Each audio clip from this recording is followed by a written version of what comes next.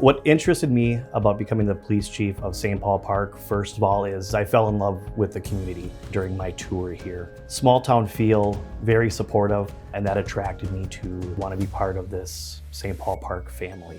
This was also a department where we had newer officers that have only been here for a couple of years. We have veteran officers that have up to 14 years of experience. We've got newer officers that have only had maybe a year of experience.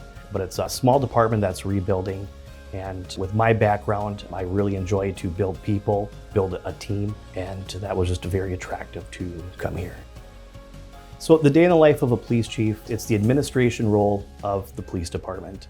My role is professional standards, it is budgeting, it is making sure that day-to-day operations are running smooth and that I have connections with the community as well as outside resources and organizations. So it is getting here early Monday morning and reviewing all of the reports and what happened over the weekend and doing that daily. It is taking a look at paying the bills. It's making sure that our officers are looked after, our community is looked after, and the biggest part too, the buck stops with me. So the successes of this department are because of the team, and anything that goes wrong or not held to the highest standards is my responsibility.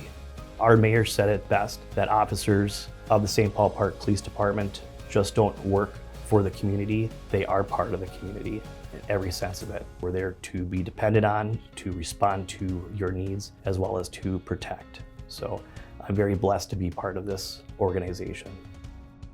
It's different from anything I've done before, and there's many reasons I wanted to just branch out and try something new, go in the public sector. I do all the in-house permitting that we don't farm out to Rum River. I help PD a little bit with permits to carry, a lot of dog license stuff.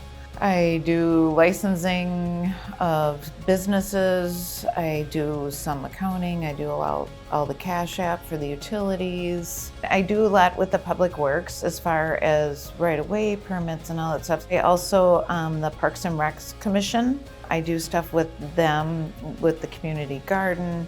And then we do a lot of projects and administration.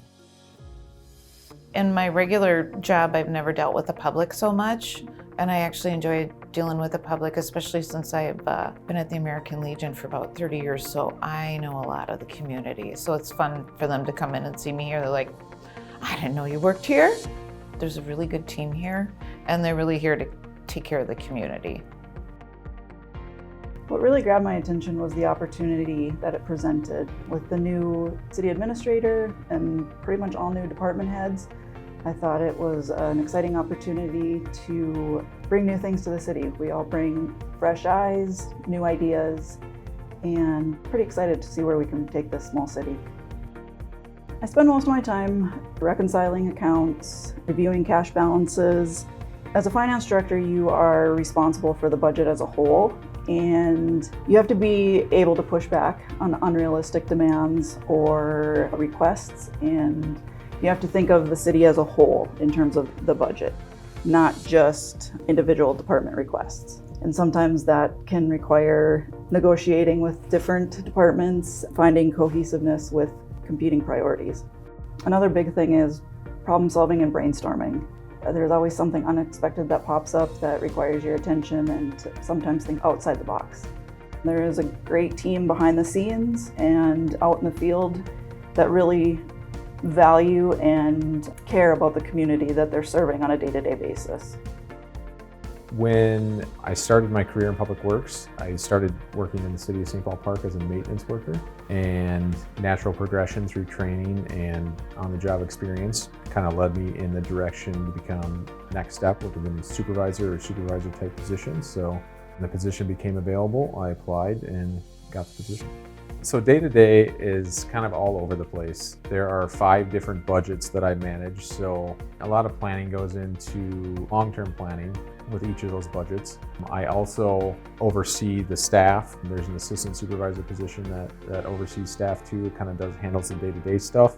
So this is more answering emails and answering phone calls from the public when they call in too. There's only 7 full-time employees. So there's 7 of us, 2 administrative positions and then 5 maintenance workers that keep everything going within the city. The majority of the current staff now has been here 10 plus years, so they're very well versed and very reliable in that aspect. You know, whether it's the streets getting plowed or the water coming out of your faucet or the trees getting trimmed or streets getting swept, just realize that there's a dedicated team behind all of that that is working for you as residents. And if you ever have any questions about anything, don't be afraid to reach out.